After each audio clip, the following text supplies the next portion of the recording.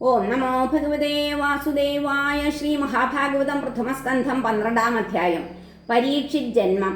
ശൗനകൻ പറഞ്ഞു, അശ്വത്ഥാമാവെയ്തുവിട്ട ബ്രഹ്മാസ്ത്രത്തിന്റെ ശക്തിയാൽ ഹതമുത്തരതൻ ഗർഭം പുനർജാതം മുകുന്ദനാൽ മഹാത്മാവ ബുദ്ധിമാന്റെ ജന്മകർമ്മത്രയങ്ങളെ പരത്ര എന്തുണ്ടായെന്നും പറയാനിഷ്ടമാവുകിൽ പറഞ്ഞു കേൾപ്പിക്ക ഭവാൻ. ശ്രദ്ധാരുക്കളെ ഞങ്ങളെ ശുഗോപദിഷ്ടജ്ഞാനന്റെ മോക്ഷമാർഗീണമാം കഥ. സൂതൻ പറഞ്ഞു, കൃഷ്ണപാദാബ്ജാശ്രിതൻ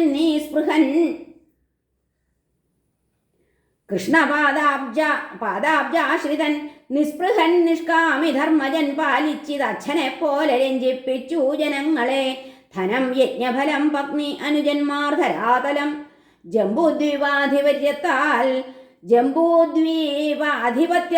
സ്വർഗപര്യന്ത കീർത്തിയം മുകുന്ദാർപ്പിതഹൃത്തി ദേവാർഹമാം കാമലബ്ധിയിൽ തൃപ്തനോ അന്നേ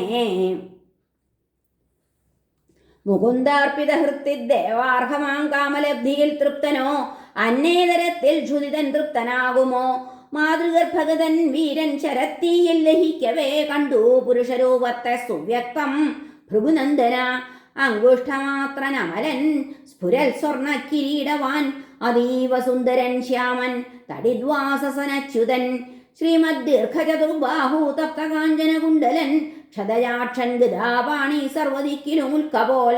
സദാഗത ചുഴറ്റുന്നോൻ സൂര്യൻ മഞ്ഞിനയെന്ന പോൽ അസ്ത്രതേജസ്സിനെ തന്റെ ഗതയാൽ സംഹരിപ്പവൻ. ചാരേ തത്വം ദിവ്യനാര് ഇതെന്നു ചിന്തിച്ചുപോയി ശിശു.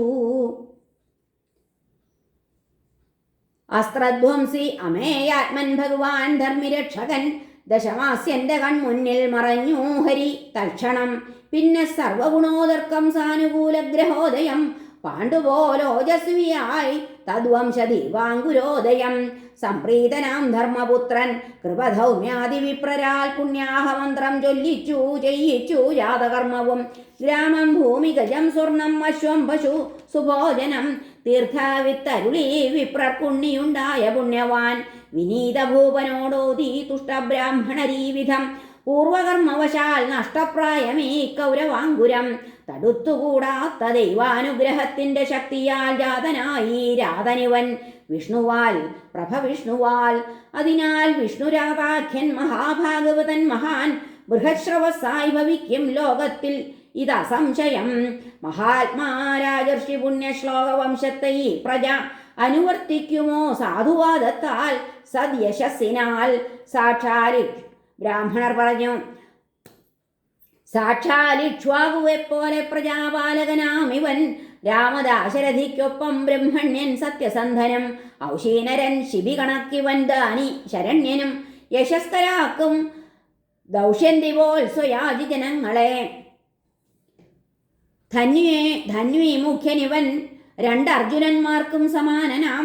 ഹുദാശൻ പോൽ ദുർധർഷൻ സമുദ്രം പോലെ ദുസ്തരൻ മൃഗേന്ദ്രൻ പോലെ വിക്രാന്തൻ ഹിമവാൻ പോൽ നിഷേവ്യനും. തിദിക്ഷു വസുധയ്ക്കൊപ്പം പിതൃതുല്യം സഹിഷ്ണുവും. ബ്രഹ്മതുല്യൻ സമത്വത്തിൽ ഗിരീശൻ പോൽ പ്രസന്നനും രമാശ്രയൻ പോൽ ഇവനും. സർവഭൂതാശ്രയൻ ദൃഢം സർവസദ്ഗുണമാഹാത്മ്യം കൊണ്ടു കൃഷ്ണൻ അനുവ്രതൻ രന്തിദേവൻ പോൽ ഉദാരൻ യയാദിക്കൊത്ത ധാർമ്മികൻ. ബലിപോൽ ധൈര്യവാൻ കൃഷ്ണഭക്ത്യാ പ്രഹ്ലാദസന്നിഭൻ.